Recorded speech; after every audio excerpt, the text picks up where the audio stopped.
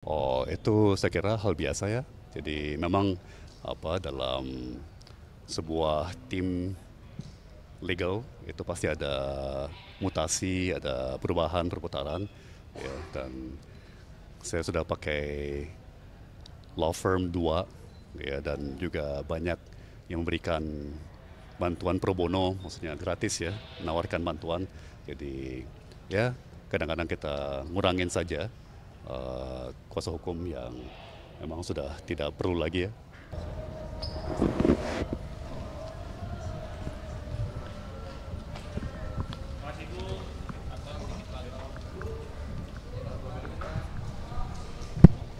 Selamat sore semuanya. Um, Terima kasih kehadirannya ya, pada sidang hari ini. Saya kira yang paling menarik dari sidang selama ini hari ini adalah saksi dari Kementerian Pertanian, ya, yang menjelaskan bahwa adanya stok gula di akhir tahun, ya, bukan berarti bahwa kita bakal surplus. Ya. Jadi memang di akhir setiap tahun itu pasti harus ada stok gula. Ya. Tapi beliau menjelaskan bahwa dari Desember sampai Mei itu tidak ada produksi gula dalam negeri. Ya, itu bukan musim giling tebu. Ya, jadi apa? Kalau hanya mengandalkan stok akhir tahun itu menjelang Mei Juni itu udah habis, ya. Jadi akan terjadi defisit, ya, maka perlu impor satu, ya. Itu secara musim ya, musim giling dan stok akhir tahun. Ya, tadi hakim menanyakan, loh kan ada stok akhir tahun, ya, terus saksi dari Kementerian Pertanian mengatakan itu bukan berarti bakal surplus, beda, beda, ya. Nah, kedua, saksi dari Kementerian Pertanian mengatakan bahwa baik di 2015-2016 maupun setiap tahun sampai hari ini juga, ya, Indonesia tidak pernah mampu untuk memenuhi kebutuhan gula nasional dari produksi dalam negeri. Tidak pernah, ya. Hakim menanyakan kenapa kok tidak bisa, ya. Saksi menyampaikan ya produktivitas daripada petani tebu kita, ya, produktivitas daripada pabrik gula kita masih belum sanggup, ya. Antara lain saksi Kementan tadi bilang mesin pabrik kita udah 100 tahun usianya, ya. Jadi itu realita yang diungkapkan dan saya sangat menghargai, ya. Saksi dari Kementerian Pertanian sama seperti minggu lalu saksi dari Kementerian BUMN, ya, menyampaikan apa adanya, ya, realita, ya, yang mencerminkan keadaan baik saat itu 2015-2016, ya, saat saya diperkarakan mengimpor gula, ya, kemudian bahkan sampai hari ini realita itu masih tetap menjadi kenyataan, ya.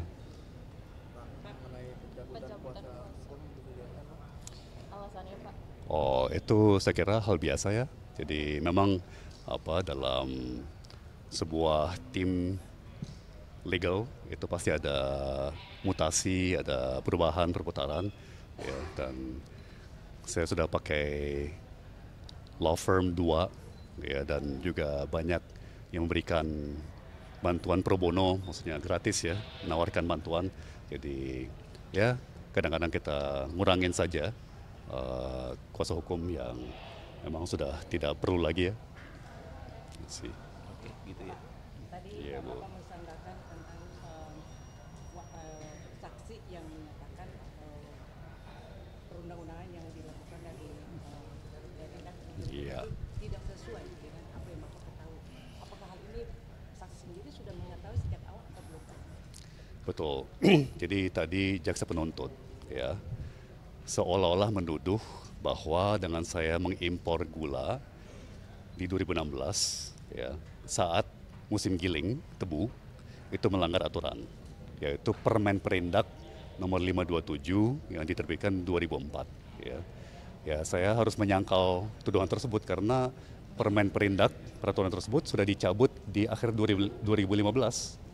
Ya, jadi sudah tidak lagi berlaku untuk impor gula 2016. Ya, sudah tidak relevan. Ya, jadi saya agak menyesal ya bahwa penuntut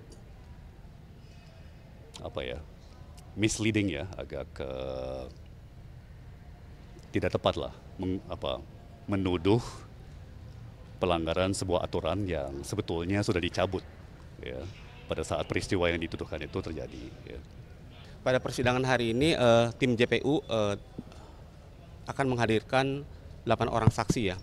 Satu saksi tadi sebelum sesi istirahat sudah kita periksa atas nama Yudi Wahyudin, itu saksi dari Kementerian Pertanian. Kemudian nanti di sesi kedua kita akan menghadirkan 7 orang saksi yang seluruhnya direksi maupun pejabat-pejabat di PT PPI.